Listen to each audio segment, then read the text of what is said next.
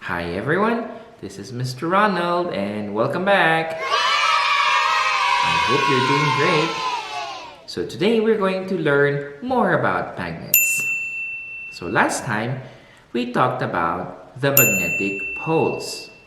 So all magnets have two poles, the North Pole and the South Pole. So the North Pole is the red side of the bar magnet, while the South Pole is the blue side of a bar magnet. So they're also indicated by the letters N and S. So it's easy for you to know which one is the north and which one is the south. Now, bar magnets, ring magnets, they have indicators. They have colors, the red and the blue side, right? But for other kinds of magnets, like the wand magnet and the horseshoe magnet, they don't have indicators or they don't have two colors. Okay, so in order for us to know the poles of the magnets, like the horseshoe magnet and the wand magnet, we have to use a bar magnet, so then we can know which side is north and which side is south.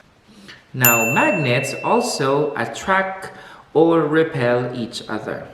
So for example, I have here two bar magnets, right?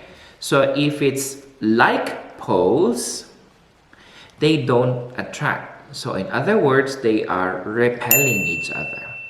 The same goes if we move or we have two south poles. So they're not going to attract, they're going to repel. The word is repel. Now, if I switch the other magnet and make it into a north pole, the other one is the south pole, we can see that the two magnets are going to attract one another. So again, if I switch this one and then make it into north and then this one into south, the same goes for the two ends. So they're going to attract one another. Okay? So like poles repel and unlike poles attract. Okay? So let's learn more about magnets today. So we know that magnets are attracted to metals, right? But are magnets attracted to all kinds of metals? So today we're going to find out if magnets are attracted to all kinds of metals. So for today, we are going to learn new words such as steel, silver, and alloy. Do you know these words? Don't worry. If you don't know these words, it's okay, because today we're going to learn those new words. Okay? So, some metals are precious, like gold. I have here gold. Okay, gold, the necklace. So this is precious. Okay, silver, like this bracelet right here. Okay, and platinum. Okay, they are very expensive. What? That's why we don't normally use them in our everyday lives. Metals such as iron, steel, copper, aluminum, and chromium are cheaper compared to the three that I've mentioned. That's why we can use them in our everyday lives. Often, things are made out of a mixture of metals. Now, a mixture of different metals is what we call an alloy. So if we put two or more metals together, we make a new metal. And we call that mixture of metals as alloy. Now, iron, a type of metal, is used to make machines and cast iron pots, like the pots that we use for cooking. Now, another type of metal is steel. Steel is an alloy, so it means it's a combination of different metals. So it's an alloy made mainly of iron, so it's stronger than iron, and it's also used for different things like making machines and bridges. The third type of metal that we have is called Aluminium. Aluminium is lightweight, so it's very light, and it's very suitable for making aluminum foil or even aeroplanes, because aeroplanes must be light so that it can fly. The next type of metal that we have is stainless steel.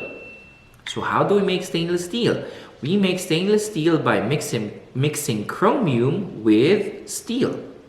So if we mix chromium with steel, we make stainless steel. Now, stainless steel is also used for different things that you can actually find in your house, such as pots, or even scissors, or sometimes they also make it into jewelry.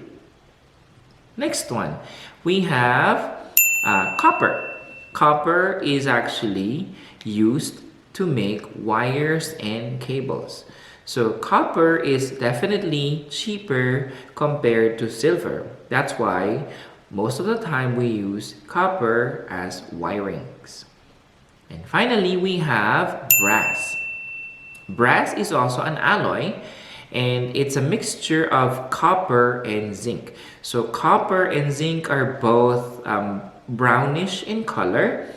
So brass is on the golden brown, is more of a has more of a golden brown color, and it's used to make door handles, or sometimes containers like pots, and sometimes spoons and forks.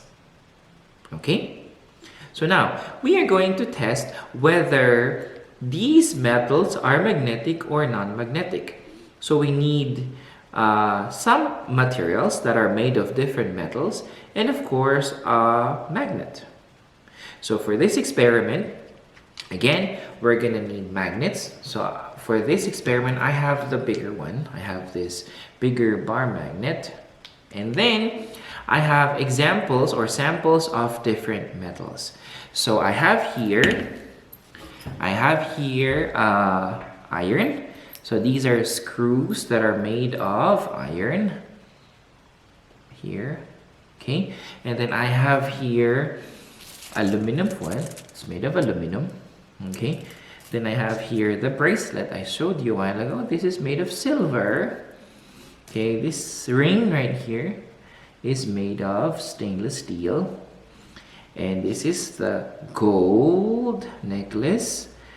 Okay, this one is made of iron or steel. Okay, and this one is the copper wire right there. And then this one is the brass. Okay, I told you a while ago, brass is a combination of copper and zinc.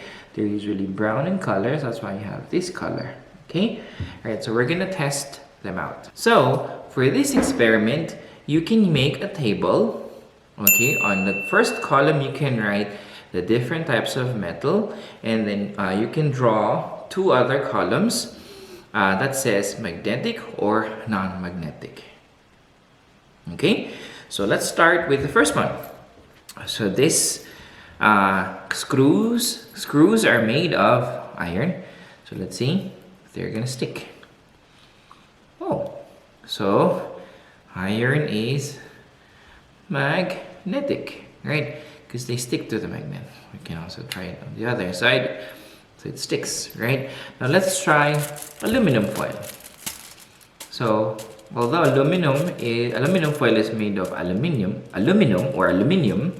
okay, it's actually not magnetic. Okay, let's have silver. I have silver here. Okay, so as you can see, it doesn't stick. So silver is non-magnetic, right? What about stainless steel? We can try.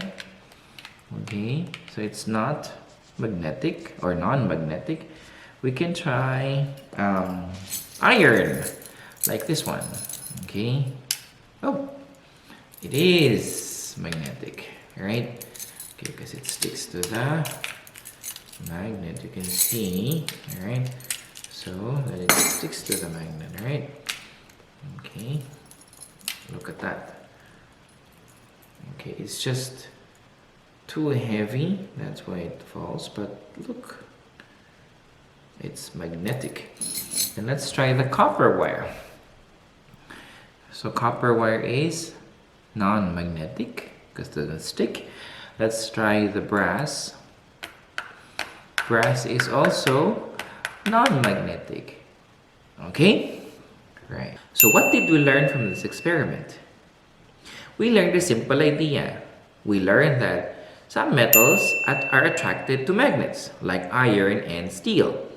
But some metals are not attracted to magnets, like silver, gold, aluminium, brass, and copper. Okay? So, you can do the same experiment. If you have magnets at home, you can try collecting different materials that are made of different metals. Okay, and then you can try to do the same experiment. Okay? So, I hope you learned something new today, and I will see you in the next video. Have a good day. Bye-bye.